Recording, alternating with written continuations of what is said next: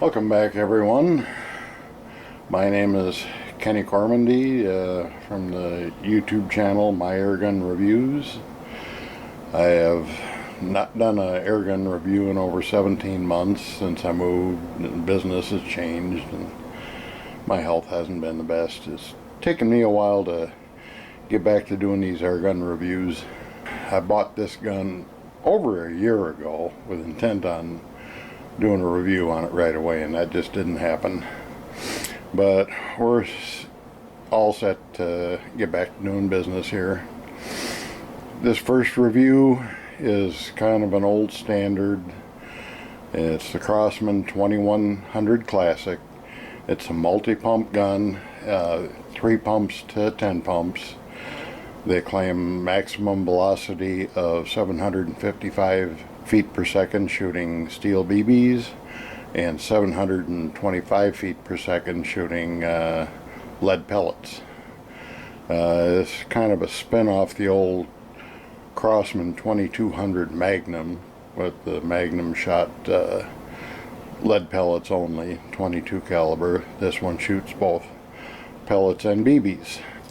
This gun is 39 3/4 inches long. It has a steel barrel, a rifled steel barrel.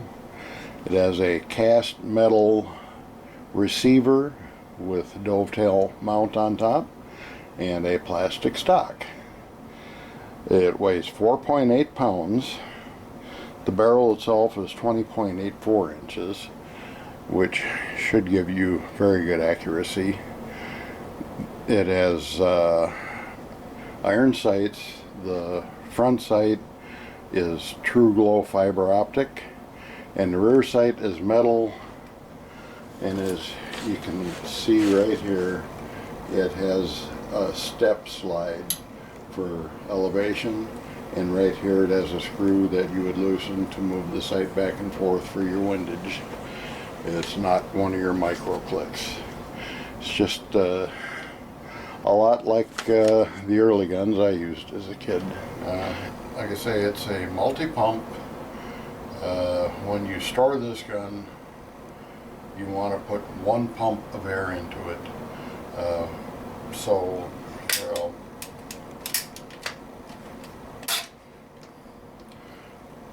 Now this is a multi-pump gun, anywhere from 3 pumps to 10 pumps. Pump it at least 3 times to shoot a pellet. To put the pellet in,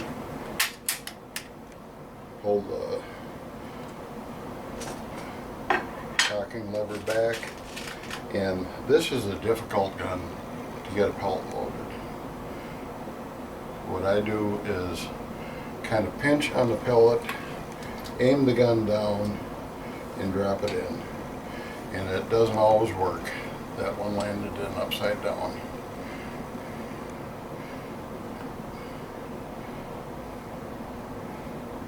Really got to get it so it drops in nose first, and there it dropped all the way in. And then the gun is ready to fire.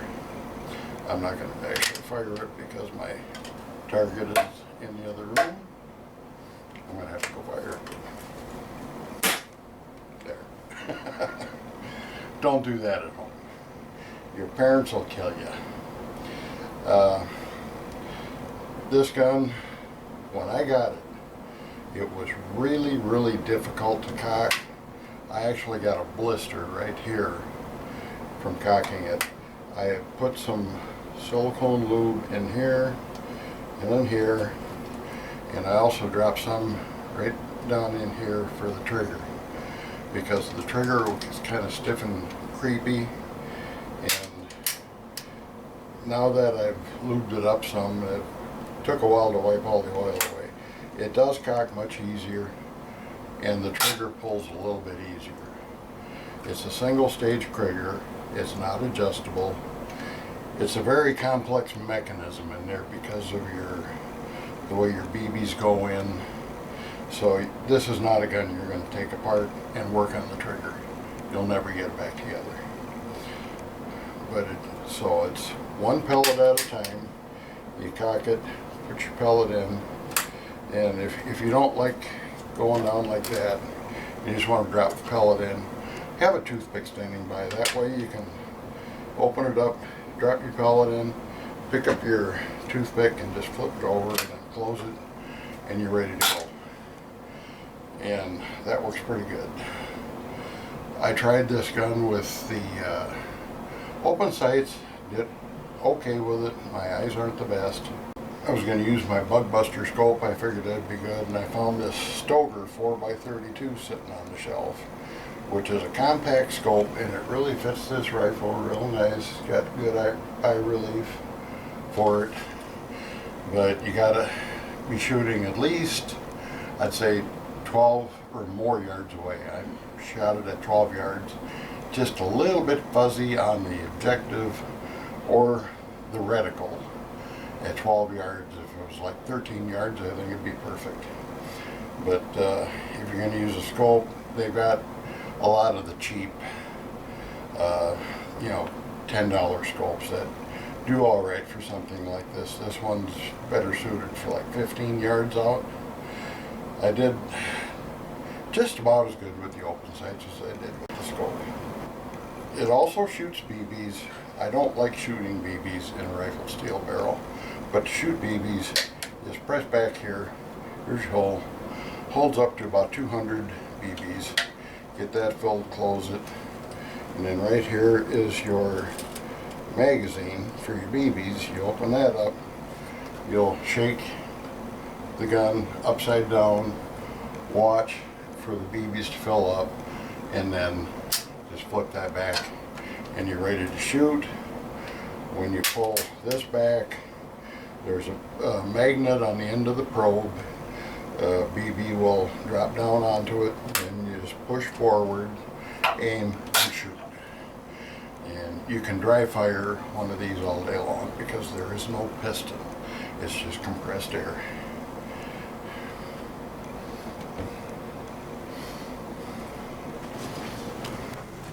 Now here we'll take a closer look at it. The stock is plastic. There's some checkering right there, and there's also on the pump, you got a metal band holding this on.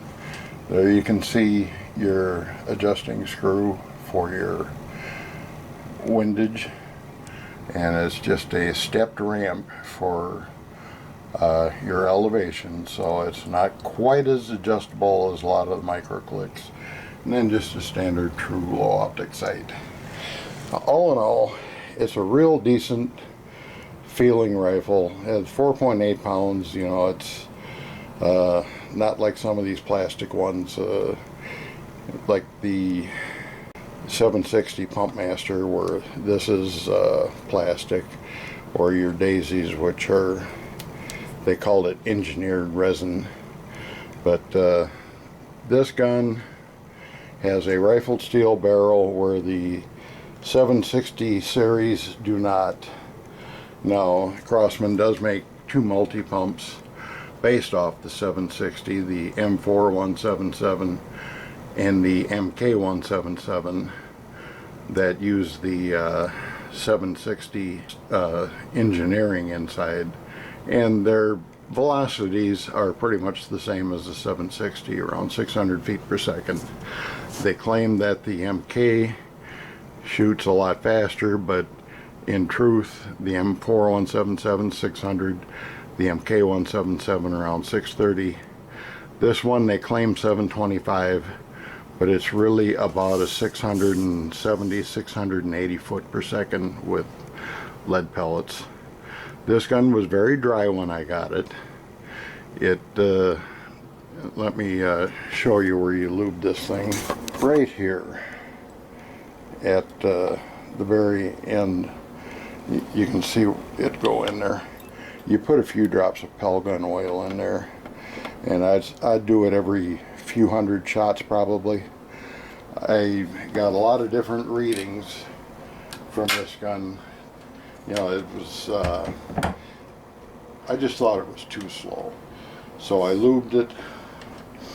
I shot it for a while, I lubed it again, shot it for a while, and then I lubed it again.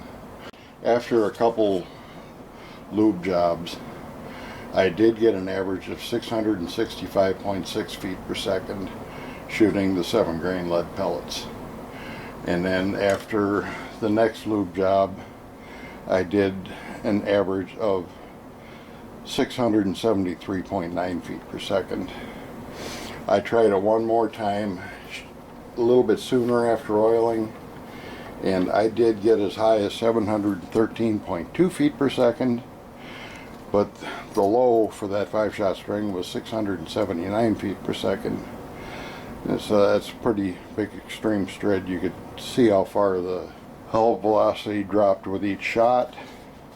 So I'm just going to call this a 673 or 674 foot per second air rifle, which is decent. You know, it's enough power to like take down a pigeon or something like that. I have seen people show pictures of squirrels they killed with it, but I don't think it's a really humane gun to be using on squirrels. But pigeons and, you know, other pests like that, this gun is capable of taking down. And because there is no recoil, because you don't have that piston slamming forward, this gun is very, very accurate. Why don't we take a look at the accuracy test, and then we'll go from there. Okay, here is my first 10-shot group. It's 10 shots with Crosman Competition 7.4 grain. They're a wad cutter. That is a 1-inch group. And then I went to BBs, and this is 10 shots, and this is a 1 3/4 inch group. And then I decided to go to the Crosman Premier Hollow Point 7.9 grain. I went from 5 pumps to 6 pumps for them, and this is my first 3 shots, just this little group right here. And then you can see the rest. I kind of moved my shooting rest, and it threw me off a little bit. But that is a 0.85 inch group at 12 yards. And then I took a break, and I came back and shot 10 more with the Crosman hollow points. And this is a 0.65 inch group at 12 yards using 6 pumps. So this little rifle can be accurate. You know, as you can see, the gun can be very accurate, and the nice thing is it's really accurate with the Crosman Premier Hollow Point 7.9 grain. That is probably the most commonly available pellet there is. The Crosman Competitions are a really cheap pellet, and they did not shoot that bad. The Premiers are probably a little bit better for hunting. You got a little bit more weight there. And you know, shooting them at 632 feet per second, that's 7 pounds of muzzle energy. And the Crosman Competitions and the RWS Hobbies also came across right about 7 foot-pounds of muzzle energy. So it's really close, 7.01 to 7.08 foot-pounds of muzzle energy. That's on the average shot. If you want to get a little bit more power, say you're going to take out a squirrel, put a couple drops of pellet gun oil in there, pump it up, shoot it once, and then load your pellet in there, and you can probably go after squirrels and get a pretty decent velocity shot. I have not done any testing above 10 pumps because this gun pumps pretty hard the last few pumps. It's a little bit more strength required than, say, the M4 177 and the MK 177. And it's not real easy to get a pellet in there, not as easy as those 760 series guns. And I really wish that they had used that 760 style pellet clip in this. It would be so much more fun to shoot. But as it is, you've got a lot more power and accuracy with this gun over those two plastic guns. You've got a cast metal receiver. The gun's made in America, and with more shooting, things do work better. The trigger got a little bit easier. The your cocking bolt pulls back easier and a little bit smoother now. When I first got this thing, I don't think a 12-year-old could have cocked it. I don't think they could have got the cocking bolt back. It was so hard. When I was trying to shoot BBs, I would not get it all the way back, and then I would have to pull back again. Now you got two BBs on there, and you got to take a tweezers and pull one out. So I think Crosman needs to work on smoothing this cocking bolt out so it comes back easier. I actually started using my thumb for a while to bring it back when you're pushing straight back like that. It's okay, but you know, you see now it's working pretty good. I couldn't have done that when I first got the gun, not from that position. So that's the one negative, is it really takes some smoothing out on that cocking action to get it to smooth out.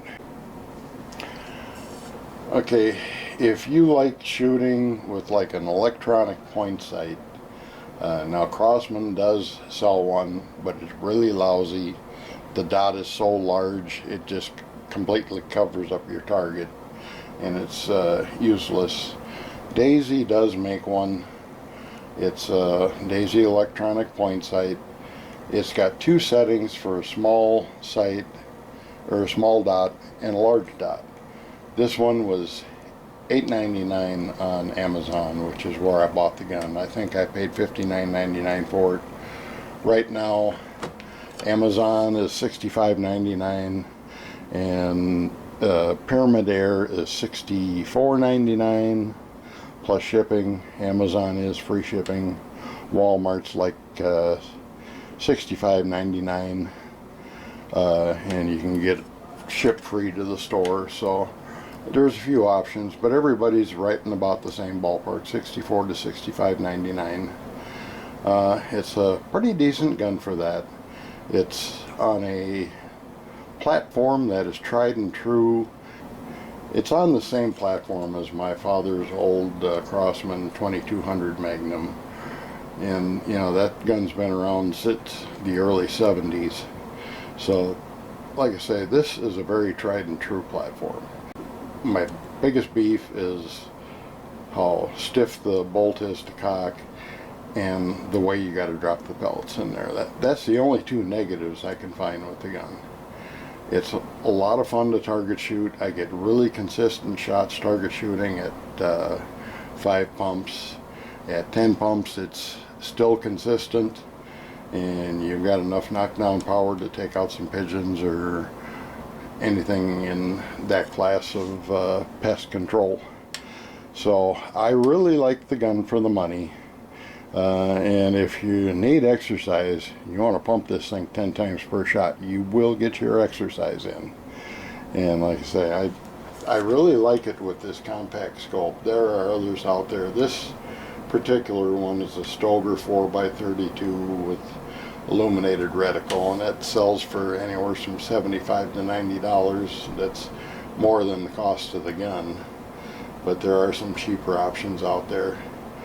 And like I say, you've got this option for $8.99, which works very well.